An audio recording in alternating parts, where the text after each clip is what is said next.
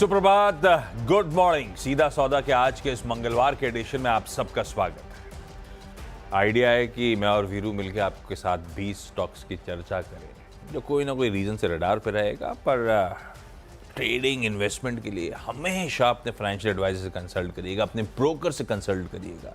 यहाँ पे सिर्फ अपन लोग कोई ट्रेड का आइडिया नहीं दे रहे हैं, डिस्कशंस कर रहे हैं कुछ इंटरेस्टिंग थीम, स्टॉक्स, आइडियाज की।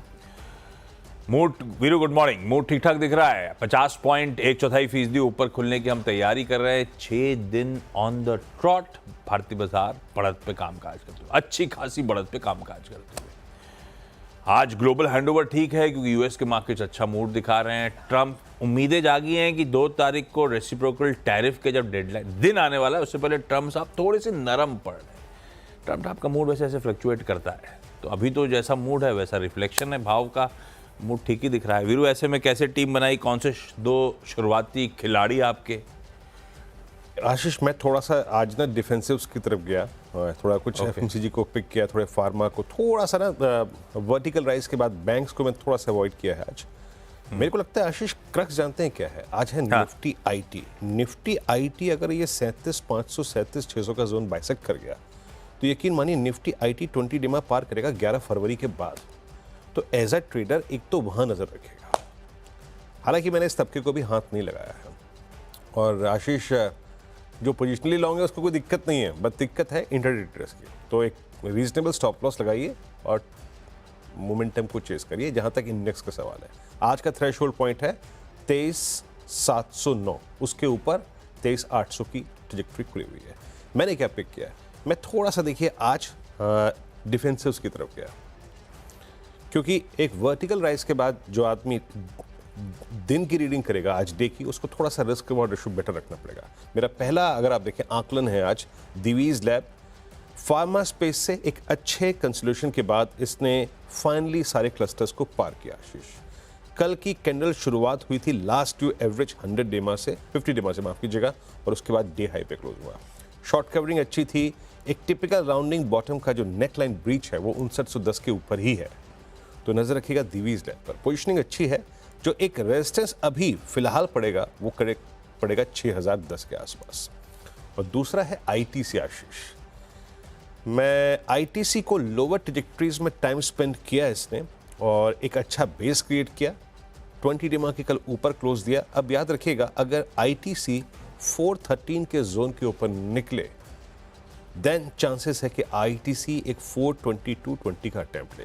तो मेरे पहले 2 स्टॉक्स डिफेंसिव आशीष, थोड़ा सा सतर्क रहकर दिवीज और आईटीसी पर फोकस किया है। आशीष, आईटी की बात छिड़ी आपने, तो एक तो मेंशन किया है मैंने, एचसीएल टेक्नोलॉजीज। क्या उसको मेंशन करने के पीछे रीजन था? कल शाम को आया हुआ अपडेट भी ये कह रहे हैं, इन्होंने और वेस्टर्न यूनियन ने एक स्ट्रैटेजिक पार्टनरशिप अनाउंस करी है। दोनों मिलकर इनोवेशन और ट्रांसफॉर्मेशन को ड्राइव करेंगे फाइनेंशियल सर्विसेज इंडस्ट्री में। बेसिकली ये स्ट्रैटेजिक पार्टनरशिप जो है, एचसीएल टेक को वेस्टर्न यूनियन का लार्जेस्ट प्रेफर्ड पार्टनर बनाएगी। खबर बढ़िया है, एचसीएल टेक इन ग्रीन है। दूसरा, रियल एस्टेट स्टॉक्स भी क्योंकि पिटे बहुत थे, बीच में करेक्ट बहुत हुए थे, सुधरे हैं। ऊपर से थोड़ा सा कंपनियों में न्यू फाउंड जोश दिख रहा है। रोज कोई ना कोई अपडेट्स हैं, aggressive land acquisition, project launches, झड़ी लगी हुई, आपने नोटिस करा होगा। ब्रिगेड इंटरप्राइजेज रखिए, इन ग्रीन लेके जा रहा हूं।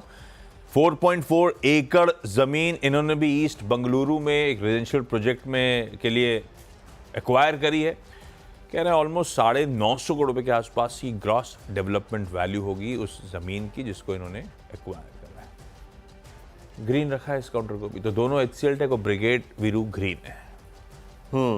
अच्छा, ये 2 स्टॉक्स आशीष के हो गए। आशीष, उसके बाद कल अगर आप पूरे पावर स्पेस को देखें, एक तो देखिए समर सीजन काफ़ी नज़दीक खड़ा है। कुछ स्टेट्स ने पावर टैरिफ हाइक भी किए हैं, फॉर इंस्टेंस कर्नाटका, शायद दिल्ली में भी हो। खैर, अभी तक बहुत बड़े बड़े स्टेट्स ने नहीं कुछ ऐसा किया है, बट पावर डिमांड अगर आप देखें बढ़ रही है। एक और चीज़, कल पावर में चाहे whether it's power finance, power producer, power transmission, सब में बहुत स्ट्रॉन्ग बाइंग थी, बहुत स्ट्रॉन्ग बाइंग थी। हालांकि एनएचपीसी को जो मैंने कंसिडर किया है यहाँ पर, इन्होंने जरा हिमाचल में जो इनका एक पार्वती 2 प्रोजेक्ट है उसके यूनिट 2 का ट्रायल रन शुरू किया, तो मैंने इसको इसलिए पिक किया और मुझे एक एडवांटेज ये भी था टेक्निकली कि कल ये सारे एवरेजेस के ऊपर क्लोज हुआ। कल 200 पार किया इसने और लगभग आप समझ लीजिएगा कि अगस्त 2024 से चली आ रही स्लोपिंग डाउनवर्ड चैनल को इसने बाइसेक्ट किया बहुत अच्छी तरीके से। तो लोअर टिकट साइजेस में अगर आप लोकेट करें कुछ स्टॉक्स को तो 83 के ऊपर ये स्टेबल रहेगा, स्ट्रॉन्ग रहेगा। नेक्स्ट सप्लाई जोन इसका आता है करीब 89 के आसपास। और इसी सेगमेंट में जो मैंने आखिरी स्टॉक कंसिडर किया है NHPC का NTPC। NTPC कल अगर आप चार्ट्स पे देखें तो क्लोज बहुत स्ट्रॉन्ग देखे गया 366.65 पर, अबव ऑल मूविंग एवरेजेस। काफ़ी बड़ी शॉर्ट कवरिंग थी इसमें, तो स्ट्रॉन्ग क्लोज, शॉर्ट कवरिंग काफ़ी अच्छी खासी, लॉन्ग बिल्डअप हुआ है अप्रैल में इसमें। तो नज़र रखिएगा NTPC पर। और अगला जो सप्लाई जोन है इसका, सप्लाई जोन यानी रेजिस्टेंस, वो परसिस्ट करता है 388 के पास। तो यहाँ पर थोड़ा सा पावर पे फोकस। आशीष, दो और हैं, कह लीजिए फाइनेंशियल्स या न्यू एज जैसा कहना है, अपन रडार पे रखते हैं, देखते हैं बिहेवियर कैसा रहेगा। एक तो 197 कम्युनिकेशन जिसे आप पॉपुलरली पेटीएम के नाम से जानते हैं। दरअसल PCI यानी कि पेमेंट्स काउंसिल ऑफ इंडिया ने PMO को सबमिशन करा है कि वो जो ज़ीरो MDR की बात थी उसे डिसीजन को रिकंसिडर करें। पहले अपफ्रंट बता दूं, merchant discount rate payment industry में वो फीस होती हैं जो मर्चेंट्स पे करते हैं बैंक्स को रियल टाइम ट्रांजैक्शंस की प्रोसेसिंग के लिए। ये चाहते हैं कि भाई अगर आप चाहते हो डिजिटल अडॉप्शन बढ़े इस देश में, तो जो गवर्नमेंट ने इंसेंटिव दिया है 1500 करोड़ रुपए का, वो मीगर है, 0.02% है टोटल UPI ट्रांजैक्शंस की वैल्यू का। तो एनुअल कॉस्ट जो है इससे कहीं ऊपर पैक्ड है 10,000 करोड़ रुपए के आसपास। तो जो आवंटन हुआ था उसके बाद आपको याद होगा स्टॉक्स पिटे थे, रिपोर्ट्स आई थी पेटीएम रिलेटेड। अभी तो गुहार लगाई है, PMO की तरफ से कोई डिसीजन है, सरकार की तरफ से कोई बयान नहीं है, ये बात ध्यान रखिएगा। कुछ रिपोर्ट जरूर सजेस्ट कर रही थी कि इंडियन गवर्नमेंट में कंसिडर रिस्टोरिंग मर्चेंट चार्जेस। अब देखते हैं क्या होता है। पर इन डेवलपमेंट्स के बीच में पेटीएम और पेटीएम अकेला क्यों, वन मोबीक्विक सिस्टम्स को भी ग्रीन रखिए इस पेमेंट बॉडी के अप्रोच जो PMO करा है उसके चलते। तो दो इस तरह की कंपनीज रडार पे, दोनों बड़ी वोलेटाइल रहती हैं, मामला थोड़ा सा आप जानते ही हो, तो वॉच करेगा स्क्रीन पे। वीरू, अगले दो कौन से? वो भी क्विक अपना 326 पर आशीष ने पिक किया। मेरा अगला स्टॉक होगा, मैंने जैसे कि NTPC का जिक्र किया, वो है अगला stock power finance corporation. Screen पर रखिएगा प्लीज़। जैसे कि मैंने बात की कि मैंने थोड़ा सा पावर फोकस किया। PFC ने कल स्ट्रॉन्ग मूव दिया, मैंने 425 पर 50 पे क्लोज हुआ। और कल जिस क्लस्टर से बाहर निकला वो अभी तक बेस ही था, मतलब 410 तक इसका बेस था, वहाँ से बाहर निकला। और अभी भी मैं कह रहा हूँ, जब आपको रीड करेंगे तो आपको बहुत टफ रेजिस्टेंस मिलेंगे ऊपर की तरफ। एक टफ रेजिस्टेंस है 430 की रेंज में, falling 100-200 day exponential average. But अगर ये किसी भी क्लस्टर में किसी भी सूरत हाल में 430 का जोन पार कर जाएगा तो एक इस चार्ट की एक खूबी है, स्ट्रेंथ अबव 430 और वीकनेस बिलो 430। आप क्लियरली बाइसेक्ट कर सकते हैं इस चार्ट को, रीड कीजिएगा। अच्छी शॉर्ट कवरिंग थी इसमें भी। और अगला स्टॉक है इंश्योरेंस स्पेस में। प्रत्यक्ष को प्रमाण की ज़रूरत नहीं होती है, पिछले 3 दिन से सभी इंश्योरेंस स्टॉक्स में बाइंग है। और इस बाइंग के पीछे एक बड़ा कारण एक और, जो उसको रिस्क रिवॉर्ड रेशियो के पर्सपेक्टिव से अच्छा बना रहा है, कि this all stocks are coming out of base. एक बड़े प्राइस डैमेज के बाद SBI लाइफ का ऑल टाइम हाई था सितंबर 24 में 1929, रिट्रेस हुआ 1400 तक। कल बेस से बाहर निकला, 200 को क्लोज किया, सिक्योर किया। नया सप्लाई जोन इसका परसिस्ट करता है 1676 पर। तो रीड कीजिए SBI लाइफ को। आशीष, मेरे 6 स्टॉक्स पूरे हो गए। अगले दो अब रडार पर रखने वाले स्टॉक्स हैं। QIP अगर लॉन्च होते हैं तो देखना होता है कि किस तरह से, ये अपने को पता तो चलता नहीं जब तक अपडेट आती नहीं। QIP लॉजिकली तो होगा कि एक्स्ट्रा शेयर जारी हो रहे हैं, लेकिन इंस्टीट्यूशनल इन्वेस्टर्स को हो रहे हैं, तो डाइल्यूशन ही, एडिशनल इक्विटी जारी होने वाली है। तो अब बाजार कैसे रीड करेगा, बड़ा मुश्किल हो जाता है कहना। एक तरीका होता है कि जब पता चलता है कि किस किस ने पैसा डाला है इस भाव पे, तो कन्विक्शन स्ट्रीट का बढ़ता है। अभी वो सब नहीं है, उसके बावजूद इन ग्रीन लेके चल रहा हूँ, इसीलिए आप वॉच करिएगा। यूको बैंक, बहुत सारे बैंक, जैसे सरकार ने कमिट कर ही रखा है कि पैसा जुटाएंगे, शेयर होल्डिंग रिड्यूस, डाइल्यूशन होगा तो सरकार की हिस्सेदारी अपने आप कम आ रही होगी, इनको इक्विटी भी मिल रही होगी। ठीक है, यूको बैंक इन ग्रीन रख रहा हूँ। कल भी चर्चा में था, तब नेटवर्क एक्सक्लूसिव थी कि ऐसे होने की तैयारी हो रही है, और कल कंफर्मेशन आ गया कि बुक लॉन्च हो गई है QIP की। और दूसरा रेस्टोरेंट ब्रांड्स एशिया, बहुत सारे वैसे सरकारी बैंक्स हैं लाइन से, तो उनको हटा रहा हूँ। अब यूको बैंक मेंशन कर दिया बस, और रेस्टोरेंट ब्रांड्स एशिया, इसके भी करीब 500 करोड़ रुपए के आसपास जुटाने की योजना है। काफ़ी ठंडा पड़ा था ये स्टॉक, देखते हैं किस तरह का आज या आने वाले दिनों में चाल होती है। अपडेट्स आएंगे किस तरह के नाम आते हैं, उसके बाद अपन रिविजिट भी कर लेंगे इन स्टॉक्स को। लेकिन यूको बैंक और रेस्टोरेंट ब्रांड एशिया इन डेवलपमेंट्स के बीच में इन ग्रीन 6 स्टॉक्स पूरे। वीरू, एक्साइटमेंट है कि नहीं है? वो संडे को भाईजान आ रहे हैं सिनेमा घरों में। नहीं, इस संडे को करना है आराम, क्योंकि गुरुकुल के चक्कर में भी थोड़ा सा यहाँ खिंच गए थे ना थोड़ा सा। इस संडे बेचारे को भाईजान भरपूर आराम करें। आपके लिए हर ईद पे कुछ ना कुछ लेके आने की कोशिश करते हैं, और आप बोल रहे हो आराम करो। ठीक है, भाईजान की फैन फॉलोइंग बहुत अच्छी है, भाईजान को लोग देखेंगे, हम बैठ के घर में कुछ और देखेंगे। IPL चल रहा है, उसका मजा लेंगे। अभी शायद इतना इम्प्रेस नहीं कर रही मेरे को ये मूवी, तो हाँ, मेरा मैं कमेंट नहीं करूंगा, क्योंकि मैंने ढंग से ट्रेलर नहीं देखा, बस जो झलक देखी थी। खैर, जो फैंस हैं वो तो जाएंगे ही जाएंगे। ब्रेक ले रहा हूँ, ब्रेक के उस पर जब लौट के आएंगे तो अगले 4 स्टॉक्स पे भी अपन करेंगे चर्चा। सिकंदर की बात इसलिए कर दी थी, आज से एडवांस बुकिंग की शुरुआत हुई।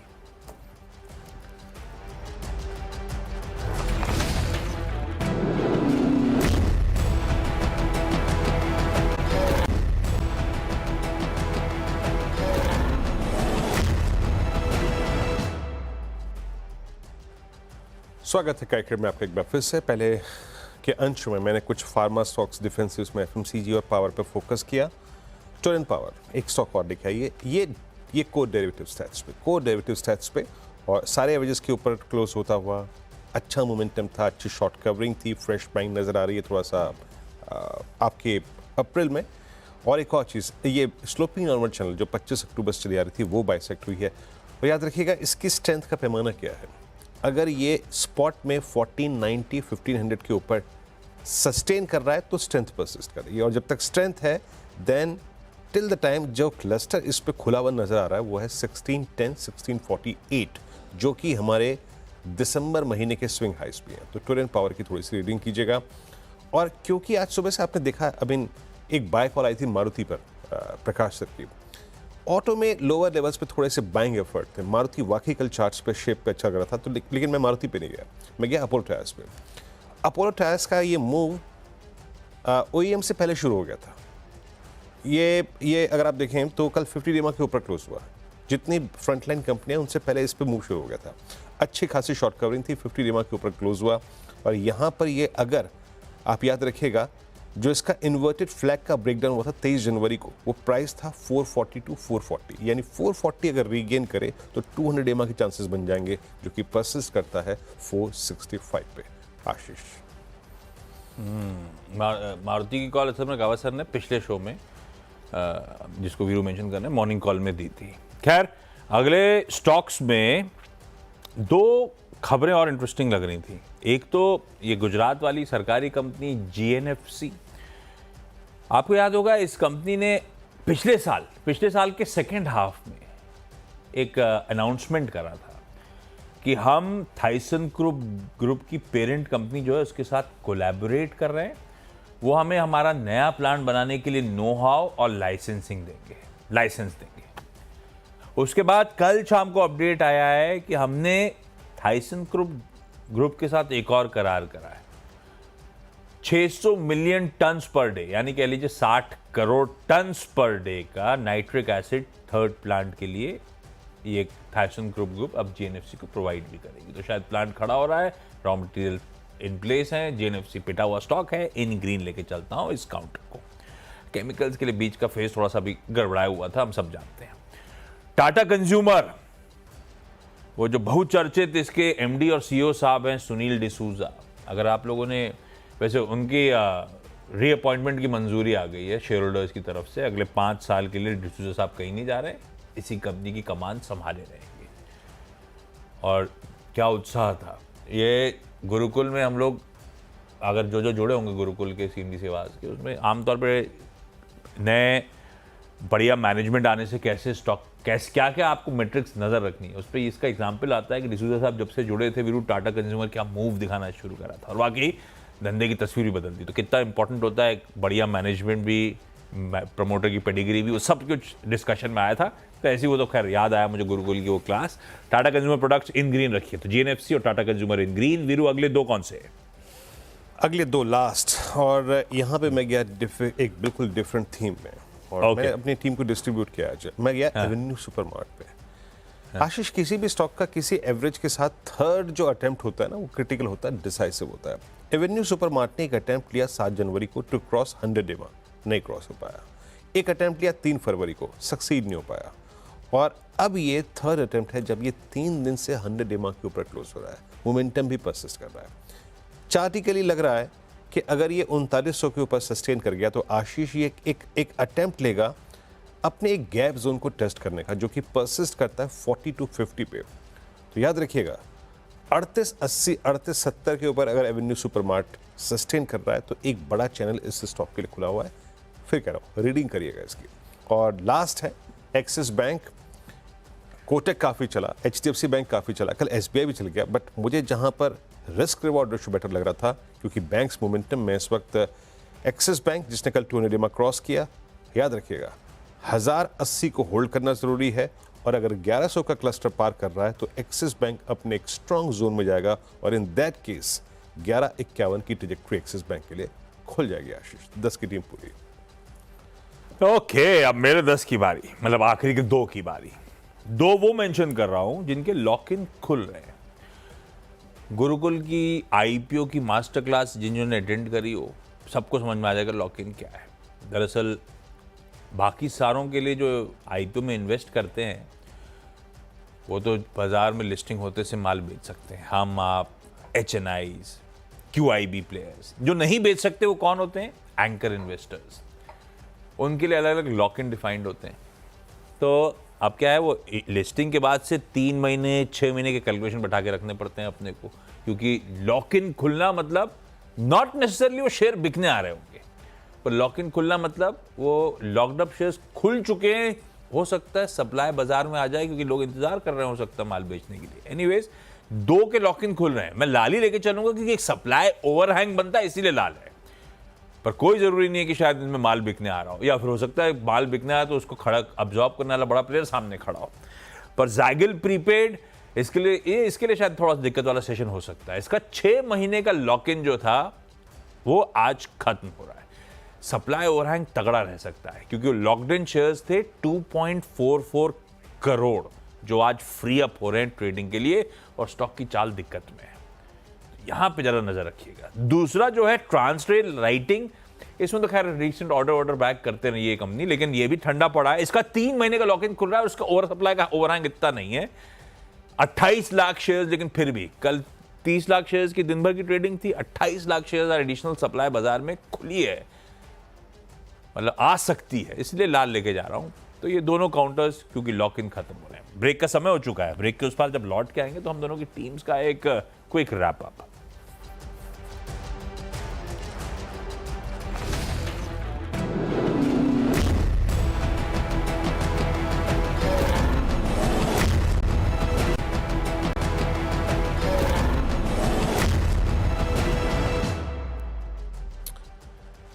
कार्यक्रम में एक बार फिर से स्वागत है। मेरी टीम इस प्रकार है, और टीम में थोड़ा सा न्यूज़ फ्लो पावर पे था तो मैंने पावर को थोड़ा तवज्जो दी है। आज यहाँ पे NHPC, NTPC, PFC, Torrent power को लॉन्ग साइड पे। बाकी फार्मा में दिवीज का प्लेसमेंट स्ट्रॉन्ग था, सारे वेज के ऊपर क्लोज हुआ। डिफेंसिव्स में ITC को पिक किया गया है। अपोलो ऑटो स्पेस में एक अच्छा मूव था तो उसको पिक किया, और बाकी दूसरी थीम्स में बैंक्स में एक्सिस बैंक और एवेन्यू सुपरमार्ट। आशीष ओके, मेरी 10 की सीधा सौदा की टीम भी आप लोग की स्क्रीन पर आएगी। लार्जली ग्रीन ही रखे हैं, 2 लाल जो हैं क्योंकि आईपीओ लॉक इन खुल रहे हैं, एक सप्लाई ओवरहैंग बन सकता है इसीलिए लाल रखा। बाकी HCL tech, Brigade, 197 communications, MobiKwik, UCO bank, restaurant brands Asia, GNFC और टाटा कंज्यूमर इन ग्रीन।